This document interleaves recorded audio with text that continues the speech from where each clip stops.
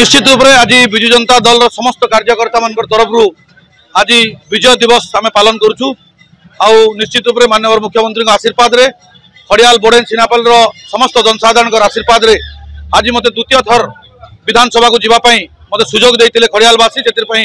मु विजु जनता दल तरफ और मोर तरफ बहुत बहुत कृतज्ञता देवी खड़ियाल बोडेन सिनापाल समस्त जनसाधारण को जो मोर जो आस्था विश्वास जो 5 वर्ष मोर अक्लांत परिश्रम और ये अंचल को गोटे विकसित अंचल करिवार जो स्वप्न थिला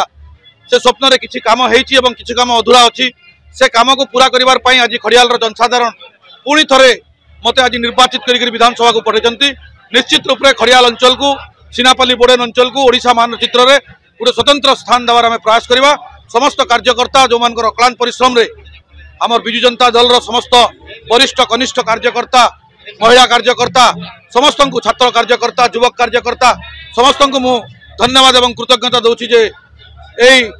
विजयर लड़ई रे समस्ते सामिल होकर मत जययुक्त कले समस्त को मु कृतज्ञता दूची।